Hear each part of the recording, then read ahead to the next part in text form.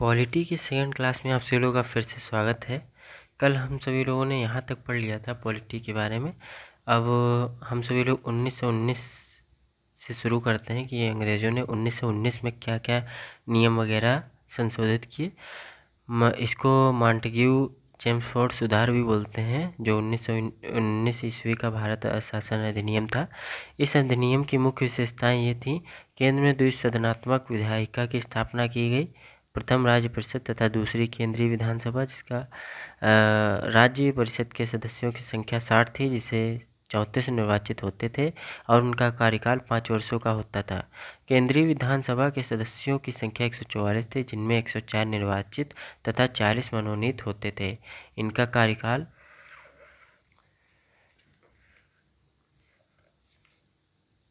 I hope कि दिख रहा होगा।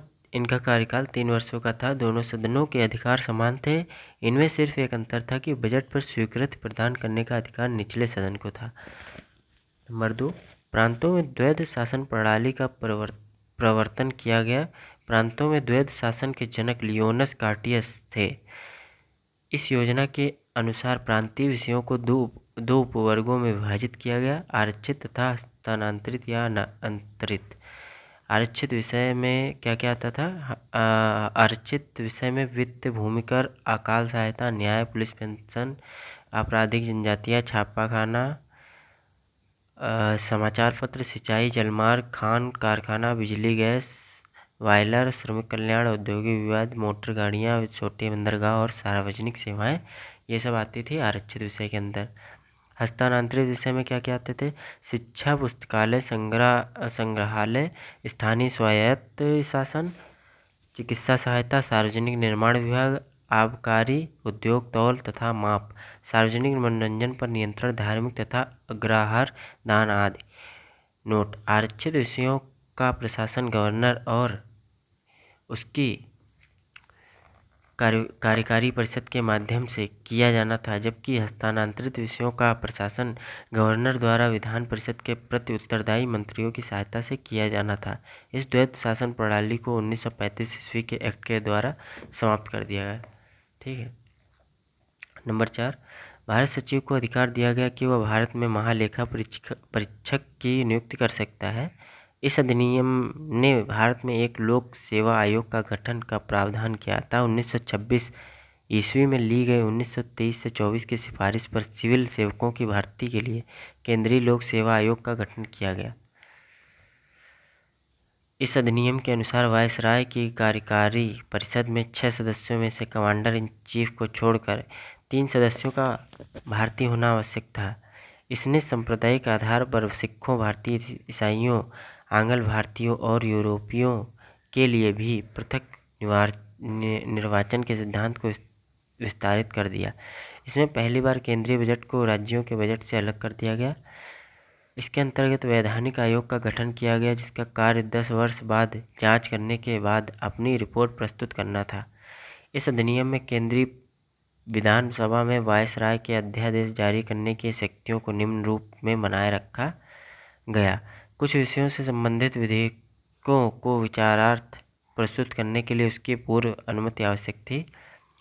उसे भारतीय विधान तथा सभा द्वारा पारित किसी भी विधेयक को वीटो करने या सम्राट के विचार के लिए आरक्षित करने की शक्ति थी।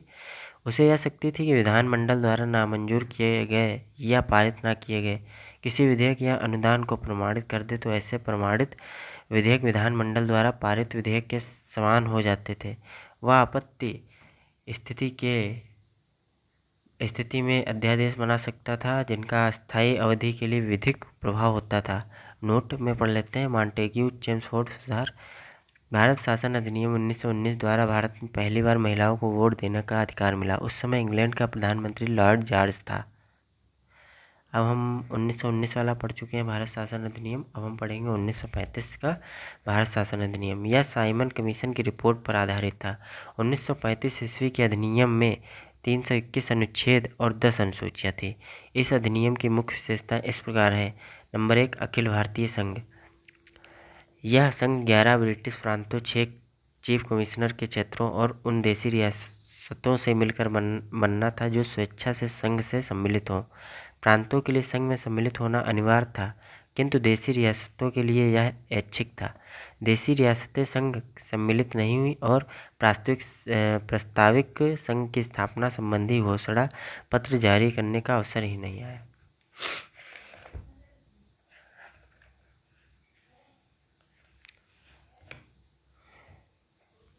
प्रांतीय स्वायत्तता।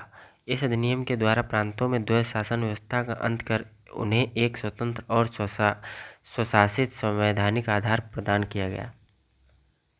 केंद्र में द्वैध शासन की स्थापना। इस अधिनियम में विधायी शक्तियों को केंद्र और प्रांतीय विधानमंडलों के बीच विभाजित किया गया। इसके तहत परिसंघ सूची, प्रांतीय सूची एवं समवर्ती सूची का निर्माण किया गया। परिसंघ सूची के विषयों पर परिसंघ विधानमंडल को विधान बनाने की अनन्य शक्ति थी। इस सूची में विदेशी कार्य, करेंसी और मुद्रा, नौसेना, सेना, वायुसेना, जनगणना जैसे विषय थे। प्रांतीय सूची के विषयों पर प्रांतीय विधानमंडलों की अनन्य अधिकारिता थी, यानी इस सूची में वर्णित विषयों पर प्रांतीय विधानमंडल को कानून बनाने का अधिकार था। प्रांतीय सूची के कुछ विषय थे पुलिस, प्रांतीय लोक सेवा और शिक्षा।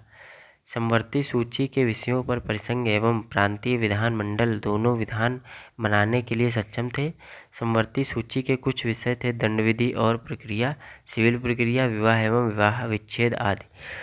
ऊपर उल्लेखित उपबंधों के अधीन रहते हुए किसी भी विधानमंडल को दूसरे की शक्तियों का अतिक्रमण करने का अधिकार नहीं था, लेकिन वायसराय द्वारा आपात की घोषणा किए जाने पर परिसंघ विधानमंडल को प्रांतीय सूची के विषयों में विधान बनाने की शक्ति थी। दो प्रांतीय विधानमंडलों को अनुरोध पर भी परिसंघ विधानमंडल प्रांतीय विधानमंडल के विषय में विधान बना सकती थी। समवर्ती सूची के विषयों पर परिसंघ विधि प्रांत की विधि पर अभिभावी होती थी। इस अधिनियम में अवशिष्ट विधायी शक्ति वायसराय को दी गई थी।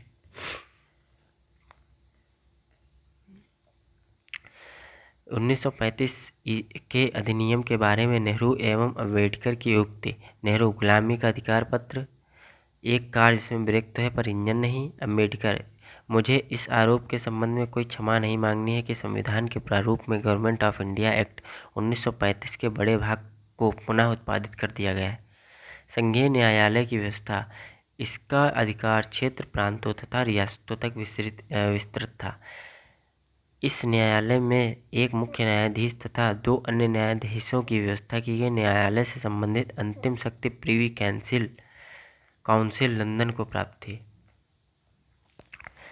ये सब 1935 के शासन अधिनियम की विशेषताएं पढ़ रहे हैं हम सभी लोग, जिसमें 4 विशेषताएं पढ़ चुके हैं। ये 5वीं विशेषता, ब्रिटिश संसद की सर्वोच्चता। इस अधिनियम में किसी भी प्रकार के परिवर्तन का अधिकार ब्रिटिश संसद के पास था। प्रांतीय विधानमंडल और संघीय व्यवस्थापिका इसमें किसी भी प्रकार का परिवर्तन नहीं कर सकते थे।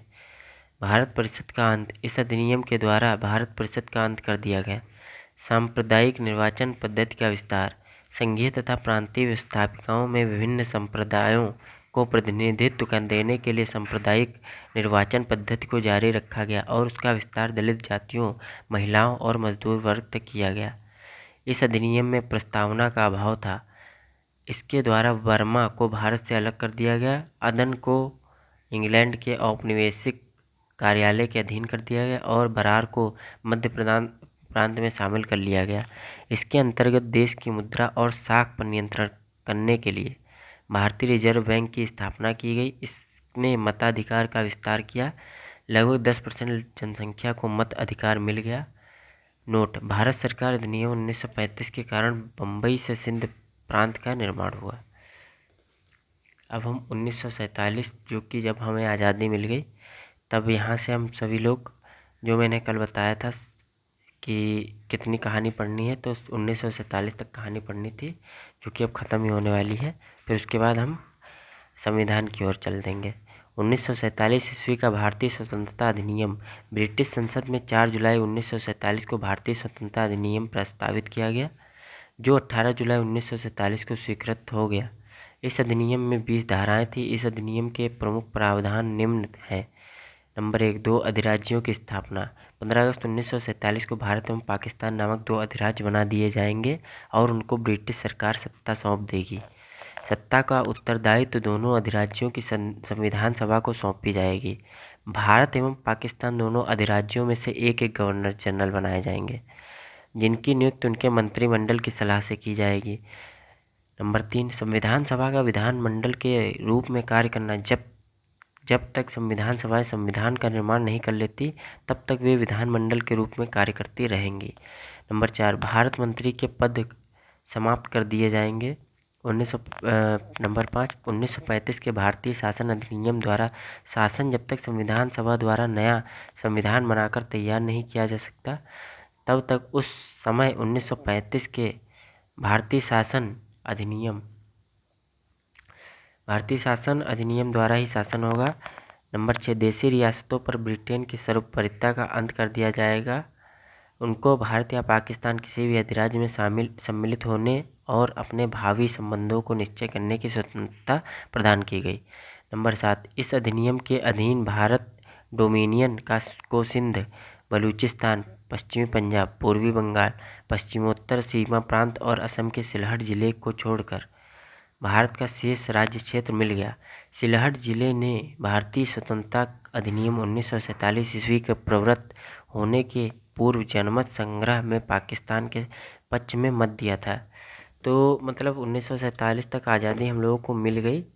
फिर 1947 में इन अंग्रेज़ों ने 1947 में कुछ शर्तें रख दी थी कि ऐसा ऐसा होगा हम लोगों के जाने के बाद, ठीक है। मतलब देश को लूट के इन्होंने आखिरी में भी एक आग लगा दी कि भारत और पाकिस्तान में बांट दिया, ताकि ये लड़ाई चलती रहे, ठीक है। अब इसके आगे है भारतीय संविधान सभा की। इसमें भारतीय संविधान सभा ये किस लिए थी, ये मैं बता देता हूँ।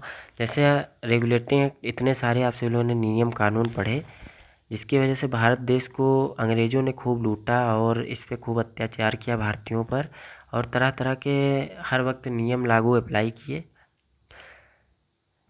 तो फिर उसके बाद क्या हुआ कि हम सभी लोगों ने काफ़ी विरोध किया, कई जाने गई, वो सब तो इतिहास में पढ़ेंगे। पर कुल मिला के 1947 में हम सभी आज़ादी मिल गई। फिर उसके बाद हम सभी लोगों ने ये सोचा कि कोई नियम कानून तो होना चाहिए, ताकि भाई फिर से आगे चल के कोई अंग्रेज कोई और काला व्यक्ति आके देश पे राज ना करने लगे। तो इसीलिए कुछ नियम कानून बनाए गए।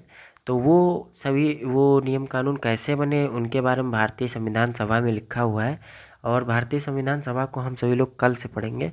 तब तक के लिए पॉलिटी को यहीं पे ख़त्म करते हैं। और जितना भी मैंने पढ़ाया है सबको PDF मैंने बुक की डाल दी है टेलीग्राम पर, वहाँ से आप सभी लोगों को रिवीजन कर लेना है, ठीक है। चलिए मिलते हैं नेक्स्ट वीडियो में, और वीडियो पसंद आई हो तो लाइक कर देना। Bye bye.